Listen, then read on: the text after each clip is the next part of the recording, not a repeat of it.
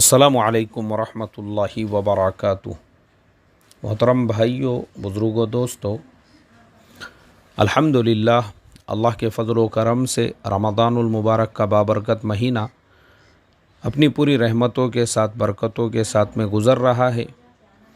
अब इस महीने के अंदर जो इबादत है, जैसे रोज़ा रखना एक इबादत है, सदक़ा व खैरात करना एक इबादत है, रोज़ेदारों को इफ़्तार कराना एक इबादत है, रिश्तेदारों के साथ में गम गुसारी करना एक इबादत है, कुरान करीम की तिलावत और तरावीह की नमाज, ये सब रमज़ानुल मुबारक का एक हिस्सा है।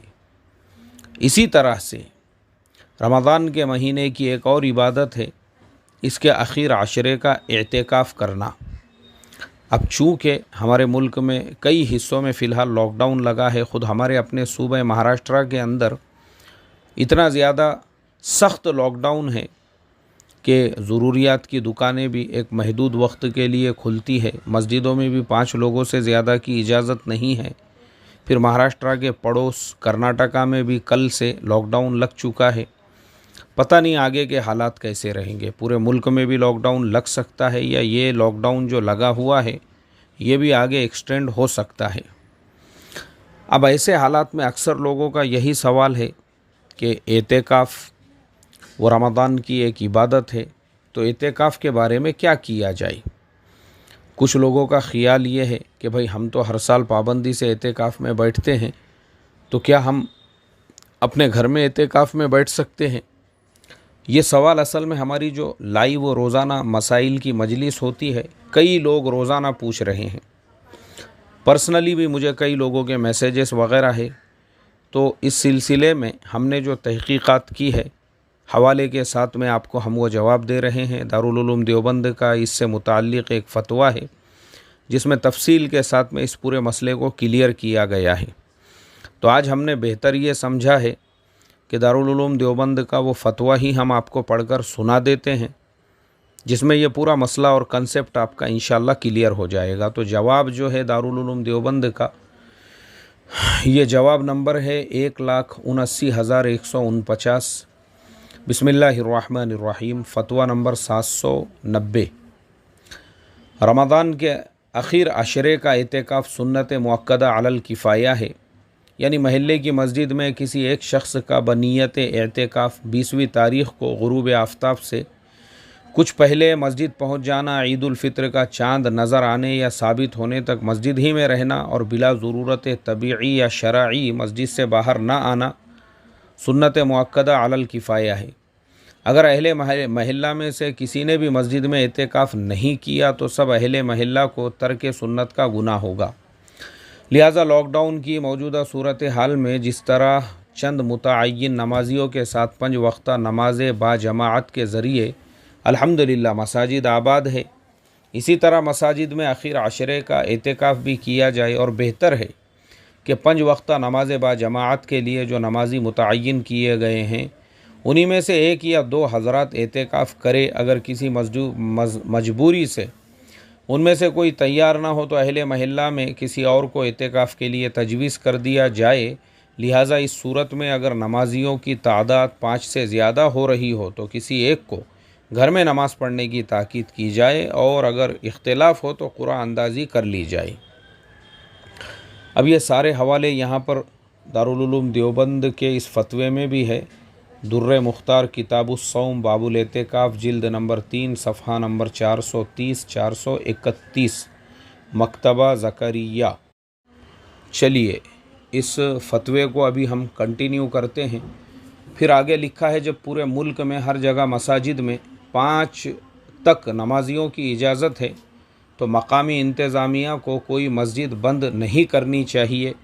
ऐसी सूरत में मकामी बाअसर लोगों को चाहिए कि इंतज़ामिया से बातचीत करके हस्ब शराइत बंद मसाजिद आबाद करने की कोशिश करे और उन मसाजिद में भी हस्ब शराइत 5 वक्ता नमाज बाजमाअत के साथ आखिर आशरे के एतेकाफ़ का नज़्म करे।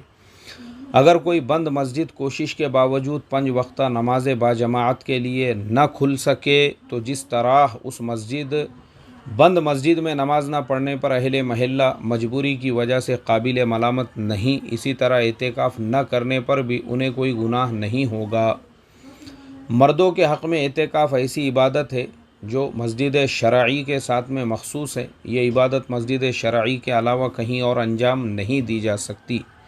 कुरान करीम में इरशाद खुदाबंदी है, व अंतुम आकिफूना फिल मसाजिद। और अल्लाह के नबी सल्लल्लाहु अलैहि वसल्लम तमाम सहाबा इकराम ने हमेशा ये इबादत मस्जिद ही में अंजाम दी, कहीं और नहीं, जैसा कि अहादीस और आसार का ज़ख़ीरा शाहिद है। हज़रत अब्दुल्ला इब्न अब्बास रज़ी अल्लाहु अन्हुमा ने फरमाया कि सबसे ज़्यादा मबगूज़ और नापसंदीदा चीज़ें अल्लाह की नज़र में बिदआत हैं, और घरों की मसाजिद, घरों में इबादत के लिए ख़ास किए गए कमरों या हिस्सों में मर्दों का एतेकाफ़ भी बिदआत में से है। और फ़ुक़हा का भी इस पर इत्तेफ़ाक़ है कि मर्दों का एतेकाफ़ मस्जिद के अलावा कहीं और नहीं हो सकता। इसलिए मुअतकिफ़ बिला ज़रूरत तबीई या शरई मस्जिद शरई से बाहर मुतअल्लिक़ात मस्जिद में भी नहीं जा सकता। लिहाजा लॉकडाउन की मौजूदा सूरत हाल में भी मर्दों का एतेकाफ़ घरों के उन कमरों या हिस्सों में नहीं हो सकता जो नमाज के लिए ख़ास किए गए हो, खा एतेकाफ़ वाजिब हो या सुन्नत मुअक्कदा या नफली, क्योंकि आरीज़ी तौर पर नमाज के लिए ख़ास किए गए घरों के वो कमरे या हिस्से मस्जिद शरई नहीं हैं। अलबत्ता मर्दों को चाहिए कि फ़ारिग़ औक़ात ज़्यादा से ज़्यादा नमाज के कमरों में रहे, नमाज, तिलावत कुरान करीम, ज़िक्र व अज़कार, दुआओं में मशगूल रहे, रमज़ानुल मुबारक का कोई भी लम्हा ज़ाय ना करे। और ख़वातीन का एतेकाफ़ चूँकि घरों में होता है, इसलिए वो अपनी नमाज के लिए कोई कमरा या कमरे का कोई हिस्सा ख़ास करके उसमें एतेकाफ़ कर सकती है। बल्कि जो ख़वातीन घरेलू कामकाज से फ़ारिग़ हो उन्हें एतेकाफ़ का ख़ास एहतमाम करना चाहिए।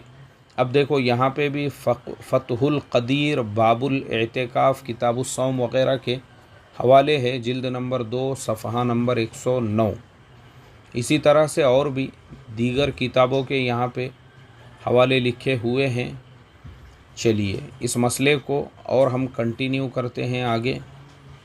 तो आगे आखिर में लिखा हुआ है, महल्ले की जो मस्जिद बंद हो, कोशिश के बावजूद उसमें 5 वक्ता नमाज बाजमाअत और एतेकाफ़ की सूरत न बन सके, इसका हुक्म ऊपर 2 नंबर में ज़िक्र कर दिया गया। यानी उज़्र और मजबूरी की वजह से अहले महल्ला को गुनाह नहीं होगा, लेकिन इस सूरत में अहले महल्ला में किसी मर्द को घर की नमाज गाह में एतेकाफ़ की ज़रूरत नहीं, और न ही ये शरई एतेकाफ़ होगा, जैसा कि ऊपर ज़िक्र किया गया। वल्लाहु आलमु बिस्सवाब।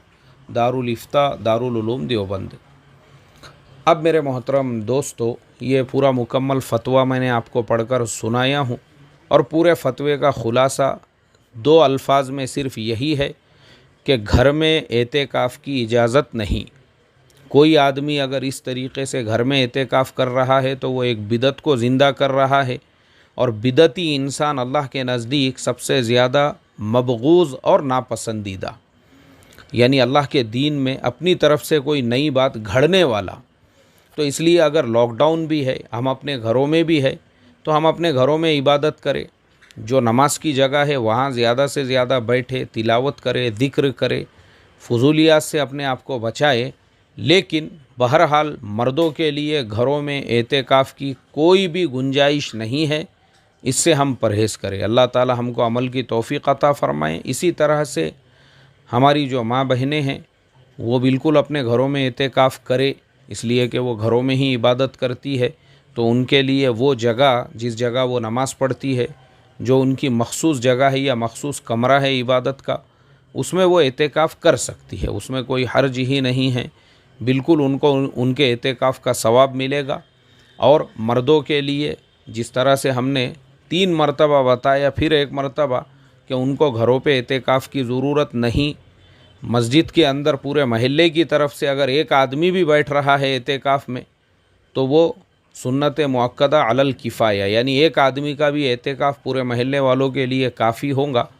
अल्लाह ताला हम तमाम को कुरान व हदीस के रोशनी में शरई मसाइल पर अमल की तौफ़ीक़ अता फ़रमाएँ, और अपने दिल से घड़ी हुई बातों और मन घड़त चीज़ों से हमारी हिफाजत फ़रमाएँ, और रमज़ानुल मुबारक की इन बाबरकत साअतों में उन तमाम बीमारों को ख़ास तौर पे अपनी दुआओं में याद रखे, जिनके घर के लोग परेशान हैं, जो दवाखानों में एड़ियाँ रगड़ रहे हैं और बेचारे रोज़ाना की लाइव व मजलिस में भी दुआओं की दरख्वास्तें करते हैं, पर्सनली भी दरख्वास्तें करते हैं। तो मैं भी आप तमाम लोगों से उनके लिए दरख्वास्त करता हूँ, इसी तरह मुझे हक़ीर और फ़कीर को और हमारे इस्लाह मुआशरा फ़ाउंडेशन को भी अपनी दुआओं में ज़रूर याद रखे। अस्सलामु अलैकुम व रहमतुल्लाहि व बरकातुहू।